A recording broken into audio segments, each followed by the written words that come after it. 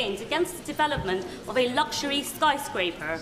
বাংলাদেশের অবকাঠামো প্রকল্প থেকে অর্থ আত্মসাতের অভিযোগে ক্ষমতাচ্যুত প্রধানমন্ত্রী শেখ হাসিনার ভাগ্নি ও যুক্তরাজ্যের ক্ষমতাসীন লেবার পার্টির মন্ত্রী টিউলিপ সিদ্দিককে জিজ্ঞাসাবাদ করেছেন যুক্তরাজ্যের মন্ত্রিপরিষদ বিভাগের প্রপার্টি অ্যান্ড এথিক্স টিম। সোমবার ব্রিটিশ গণমাধ্যম দ্য টাইমস এ তথ্য জানিয়েছে।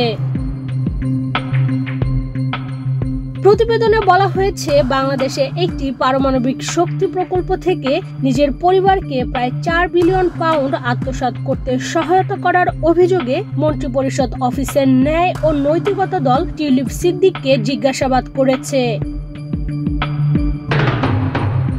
বৃহস্পতিবার টিউলিপের কার্যালয়ে পিইটির কর্মকর্তারা তার সঙ্গে দেখা করেন।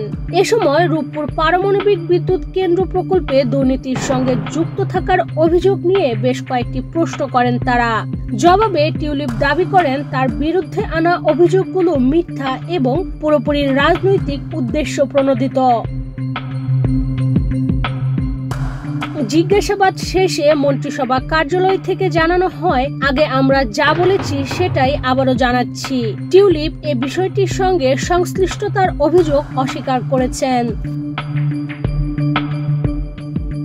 2013 সালে প্রয়োজনের বেশি অর্থ ব্যয়ে রূপপুর পারমাণবিক বিদ্যুৎ কেন্দ্রের জন্য রাশিয়ার সঙ্গে মধ্যস্থতা করার অভিযোগ টিউলিপের বিরুদ্ধে।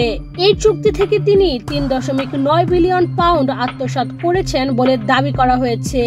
ক্ষমতাচ্যুত সাবেক প্রধানমন্ত্রী শেখ হাসিনার বিরুদ্ধে দুর্নীতি দমন কমিশনের তদন্তের আওতায় রয়েছে দুর্নীতির এই অভিযোগ।